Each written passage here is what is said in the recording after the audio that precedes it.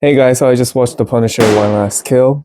And like everything, there were some things that I liked, there were some things that I didn't enjoy. So let's talk about that. But I'm gonna tell you right now. Let's start with the things that I like first. I really like how this special presentation focused so much on Frank Castle being sad, being depressed. Because what makes him such a compelling character to me has almost never been that he's so good at killing, he's so badass, he's so cool, but how sad he is as a character. His whole family was murdered, and he has spent years murdering criminals to avenge his dead family. But it doesn't matter how many he kills, he can never fill that hole inside of him, and that's so sad. But that's also what makes him so good. So I really appreciate Marvel spending so much time on hyper focusing on that aspect of the character. And I really like Karen Page's cameo. I've always enjoyed that little thing between her and Frank Castle. Fucking. The little push and pull energy. How they see so much good in each other, but they just can't be together. And in One Last Kill, we see Frank Castle having this imaginary Karen saying things that we can only assume his dead wife would say. And this goes to show how Frank Castle is not at a very good state. He has been losing his mind. And I think that part adds a whole new layer to the character. And speaking of the things that I like, I thought the action was pretty good. You see a lot of shooting, you see a lot of blood, you see a lot of stabbing and screaming, and that's what I think people look for in the Punisher action sequence. But I have to say, ever since I hear people referring to this special presentation as Marvel one-shot, I thought they were gonna do a real last one-shot, kind of like the Netflix Extraction type of situation. We didn't get that. My best guess for them calling it a one-shot, probably because we just follow Frank Castle throughout the day. But I don't even know if that's true. But of course we can't talk about the action without mentioning the scene where he killed someone with a pen. What? That was different. That was on a whole other level. The only thing I can compare it with was his prison scene from the second season of Netflix Daredevil.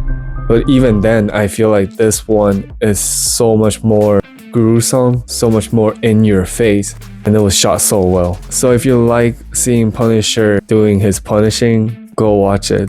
I don't think you'll be disappointed. And of course, if I'm talking about things that I like, I have to talk about John Brentell's performance. He always brings this level of intensity when he plays Frank Castle. When he is sad, you feel so bad for him. And when he's angry, you still feel so bad for him. And then when he's like shooting people point blank in the face, you root for him. Let's talk about the things that I didn't enjoy. I have to talk about the title first, One Last Kill. That is such a misdirect, because we see him kill at least a dozen people in the special presentation. And these are not important people.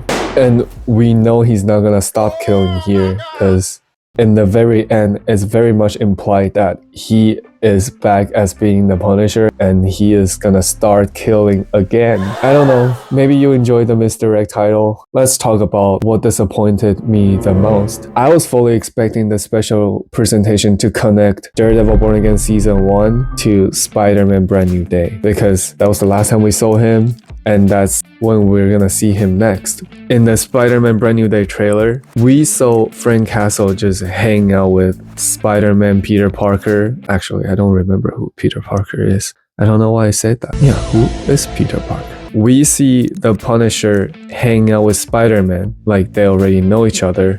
And the last time we saw him, he had just escaped that little cage thing Wilson Fisk puts him in. I would really like an explanation as to how he met Spider-Man, and even how the end of Daredevil Born Again Season 2, some really crazy shit went down, how that affected him. But this special presentation explained nothing. This special presentation didn't even tell you what the timeline is. I don't know if this happened before or after Season 1 of Daredevil Born Again, or did it happen after Daredevil Born Again Season 2? There is no continuity here. I'm sure the directors or the writers have said it in some interviews, but I don't think it's our job as the viewers to go out of our way to find out informations like that. Because one of the best part about the MCU has always been the continuity, how different projects always somewhat connect to each other.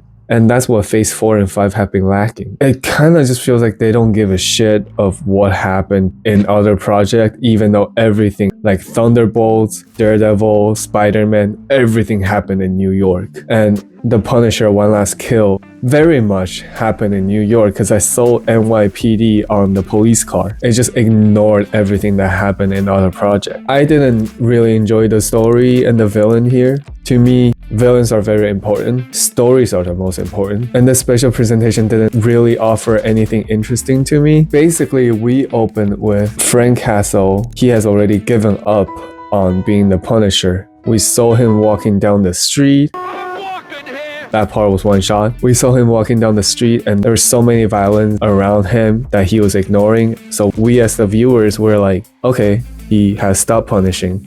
Let's see what's going to be the thing that brings him back.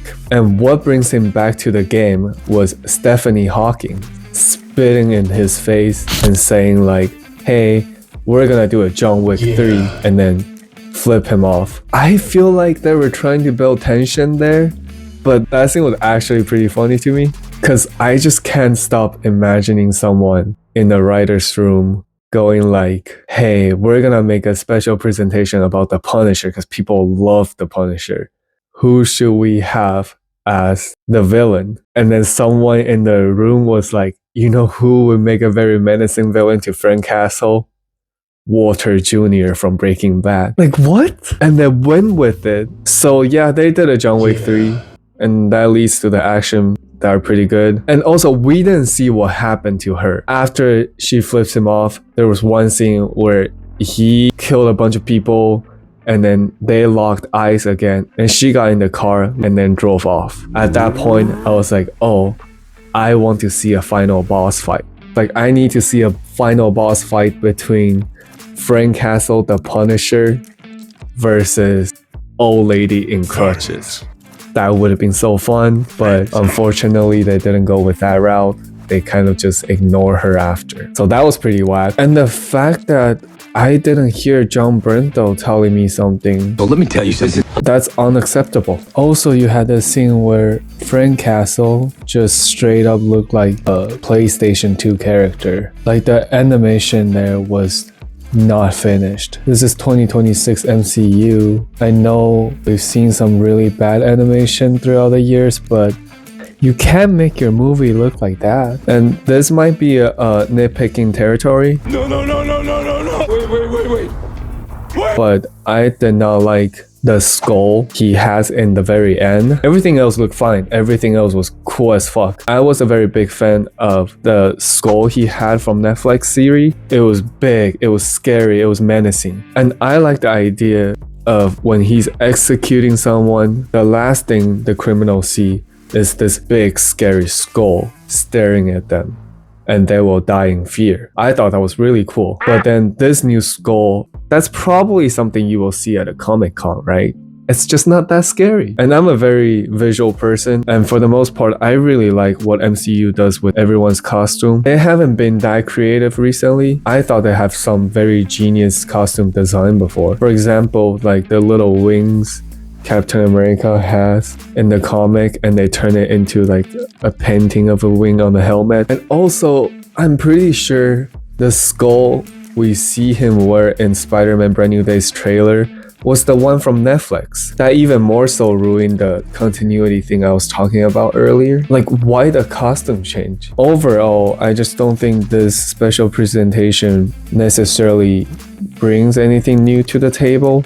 I don't understand why the director, the writer, and John Bernthal himself really wanted to push this project out, because this is just like, hey, you like the Punisher, here's more, instead of offering anything new. Do I recommend it? If you really like Punisher and his punishing, everything I've seen him done before this point, then yeah, it's literally 40 plus minutes of Punisher being Punisher, his sadness, his violence. But if you're looking for the connective tissue and you want to learn anything new about Frank Castle, his relationship with Matt Murdock, Peter Parker, Wilson Fisk, maybe even Poindexter, You're not gonna get that here. And in the bigger picture, I don't think you will lose anything if you skip this one. So yeah, I think that's everything. Wait, I don't have an outro. I just realized I need an outro for this thing, and I don't have one. Okay, bye.